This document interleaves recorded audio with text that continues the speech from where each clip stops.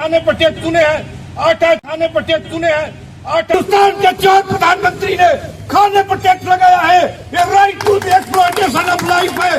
ये आर्टिकल 31 की हत्या है। मैं से अनगिनत चिट्ठी। मैं तीसरी आंख मानव अधिकार संगठन का राष्ट्रीय अध्यक्ष हूँ। शैलेंद्र कुमार मिश्र मेरा नाम है। ये सीएम सिटी में लोक निर्माण विभाग में अरबों रुपए के बंदरबाट पर एक सीएजी रिपोर्ट आधारित भ्रष्टाचार है। ये सीएजी रिपोर्ट भी हमारी शिकायत पर कई रिपोर्ट आई थी और उसने ऑडिट में करोड़ों रुपए अरबों रुपए के घोटाले की पुष्टि किया, जिसके संदर्भ में कार्रवाई के लिए विगत कई सालों लिखे गए।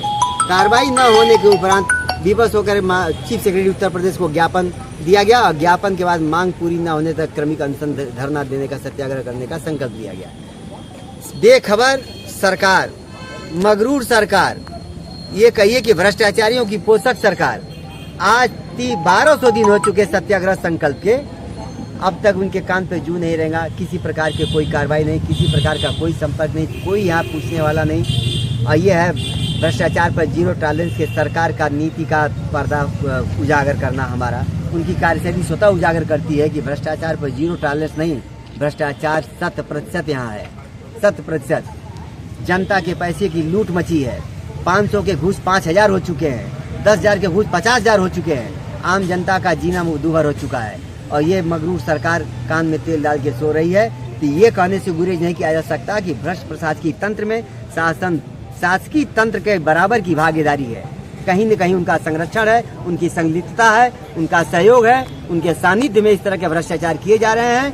और राष्ट्रपिता महात्मा गांधी जो अहिंसात्मक आंदोलन के पुरोधा थे, उनके इस मिशन का सत्यानाश किया जा रहा है। हिंसात्मक आंदोलनों का कुचलने और सत्यानाश करने का संगठित अपराध किया जा रहा है, जिसका विरोध जारी रहेगा।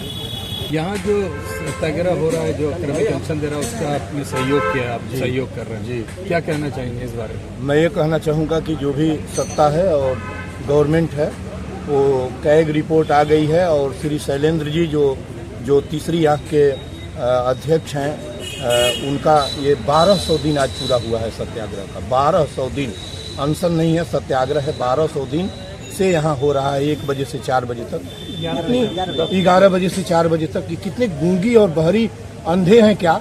इनके कान बहरे हो गए हैं क्या? इनके क्या हो गए हैं? इनके कान में बहरा हो गया है तो क्या हमको करना पड़ेगा? हम गांधी के रास्ते पर चलने वाले लोग हैं और शैलेंद्र जी ने संकल्प लिया है कि हम गांधी के तरीके से चलेंगे।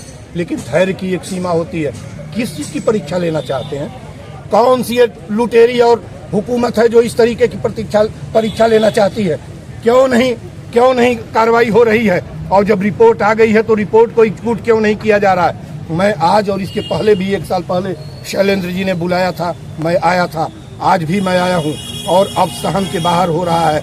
ये शैलेंद्र जी कहे तो इसी समय अभी सड़क पर निकल के बता दूं कि किस तरीके से भ्रष्टाचार का विरोध होता है। गूंगी, बहरी और अंधी, इनकी आंखें खुल जाएंगी, इनके कान में ठेठी ठूंस दूंगा। क्या समझते हैं इस तरीके से? ये अमनुष्यता है कि एक आदमी गांधीवादी तरीके से सत्याग्रह कर रहा है और आप नोटिस नहीं लेंगे, सत्याग्रह की नोटिस नहीं लेंगे। आप डकैती पर तुले हुए हैं, सत्याग्रह की नोटिस लेंगे क्यों नहीं? ये मेरा राइट है, ये कॉन्स्टिट्यूशनल राइट है और आपका डेमोक्रेटिक गवर्नमेंट में आपकी लाइबिलिटी है कि हमारी बात सुने। ये जिम्मेदारी है कि जनता की बात सुने और उसके बाद कार्रवाई करें। हमारे धैर्य की परीक्षा न लें। अब मेरा धैर्य खत्म हो रहा है। मैं पूर्वांचल गांधी शैलेंद्र के इस कटिबद्ध और इस मजबूत आंदोलन में साथ खड़ा हूँ, खाट खड़ा रहूंगा। 1200 दिन हो गए हैं, अभी भी अनशन चल रहा है, कहीं कोई रिजल्ट दिखता नहीं आ रहा है। ये अनशन कब तक चलेगा? अभी हमारे साथी डॉक्टर संपूर्णानंद मल ने जो बात कही है वो मुकम्मल है, लेकिन हम अक्टूबर 2 अक्टूबर याद किया जाता है इस देश के इतिहास में, पूरे विश्व के इतिहास में गांधी के जन्म का और लाल बहादुर शास्त्री के जन्म का, जिन्होंने अपनी पत्नी ललिता को जो है 13 रुपये या 14 रुपये महीना खर्चा देते थे। तो पूछा उन्होंने कि कैसे आपका गुजारा चलता है? तो कहा 7 रुपये हम बचा लेते हैं, 7 रुपये में खर्चा चलता है। उन्होंने 7 रुपया बंद कर दिया था। जी हम 7 रुपया वो भी बंद करे, तुम्हारे खर्चे चले जा रहे हैं। वो देश है, लुटेरों का देश बना के रख दिया है।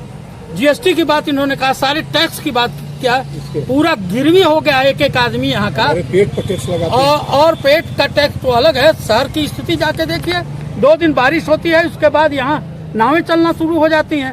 केवल जिस मुद्दे पर हम बात कर रहे हैं, 1200 दिन इसलिए इंतजार कर रहे हैं कि हम ज्ञापन दे चुके हैं, प्रार्थना पत्र दे चुके हैं, हम कोर्ट भी गए हुए हैं। सचिव के नीचे का स्तर का अधिकारी अगर हम उसको देंगे उसके माध्यम से, तो रद्दी की टोकरी में फेंकेगा।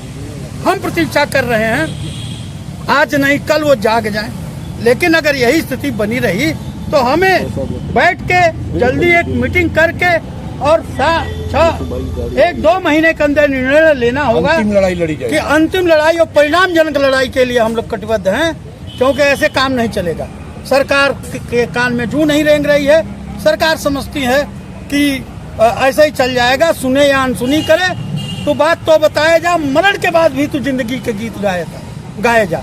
तो मरण के बाद भी हम जिंदगी के गीत गाने के लिए, इसको परिणाम तक पहुंचाने के लिए, निष्कर्ष तक पहुंचाने के लिए आंदोलनरत है। और जल्दी ही आपको सूचना मिलेगी कि हम लोग इसमें कदम उठा के इसको निर्णय तक पहुंचाएंगे।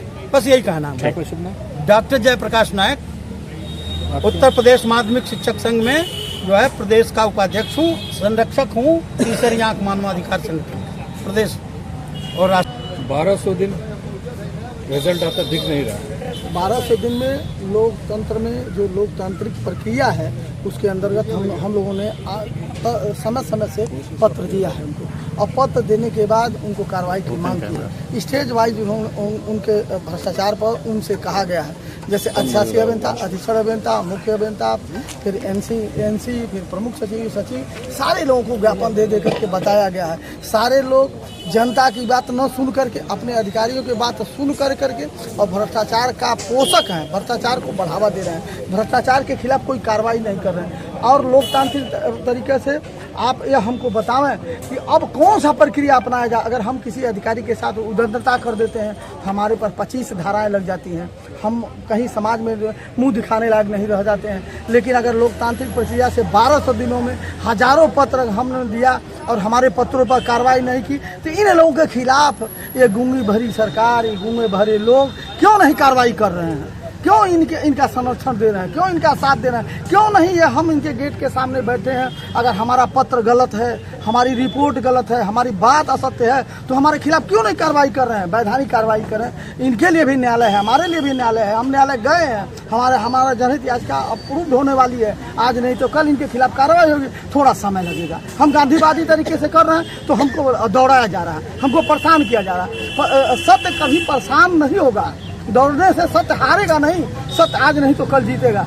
इनका भ्रष्टाचार, इनकी एक कुर्सी बनी है, दूसरी कुर्सी उसकी सुरक्षा देती है, दूसरी कुर्सी बनी है भ्रष्टाचार करने के लिए, तीसरी सुरक्षा देती है, तीसरी बनी है, चौथी सुरक्षा देती है। आप खुफिया कैमरा लेकर आइए, इस दफ्तरों में चले जाइए, किसी टेबल पर बगैर पैसे का कोई काम नहीं होता है। हेमराज एक अधीक्षण अभियंता है, बगैर पैसे का कोई काम सुनने वाला नहीं है। वो कहता है जेटी से मिले, जेटी कहेगा दफ्तर मिले, दफ्तर कहेगा उससे मिल लीजिए, लेकिन आपका काम नहीं हुआ। खुफिया कैमरे से आप लोग ध्यान करके देख लीजिए। लोग कहते हैं भ्रष्टाचार कहाँ है? भ्रष्टाचार हमने दिया, आपने लिया, कहाँ दिखेगा? अरविंद केजरीवाल जी, सिसोदिया जी को सीबीआई ने जांच किया था, कौन सा पैसा मिल गया था?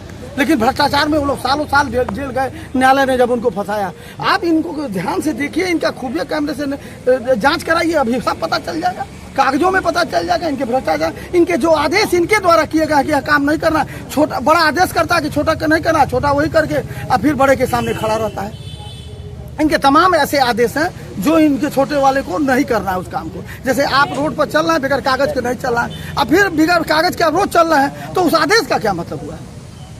इनके खिलाफ जो भी भ्रष्टाचार सुनियोजित किया जा रहा है, एक दूसरे से आप इनके बारे में पूछ लीजिए। आप हम लोगों का पत्र ले लीजिए, हम लोगों का ले लीजिए, लेकर पूछ लीजिए कि भाई आखिर आप इस तरह का भ्रष्टाचार क्यों कर रहे हैं? बिना भ्रष्टाचार के कैसे चलेगा व्यवस्था? आप सड़कें हैं, चाहे कोई व्यवस्था, 2 साल 3 साल 4 साल 3 साल से हम 1200 दिन 3 साल से ऊपर हो गया, हम लड़ रहे हैं। और 2 साल के बाद इनका कोई कानून नहीं है कुछ चीज़ को चेक किया जा सके। त्वरित कार्रवाई क्यों नहीं करेंगे?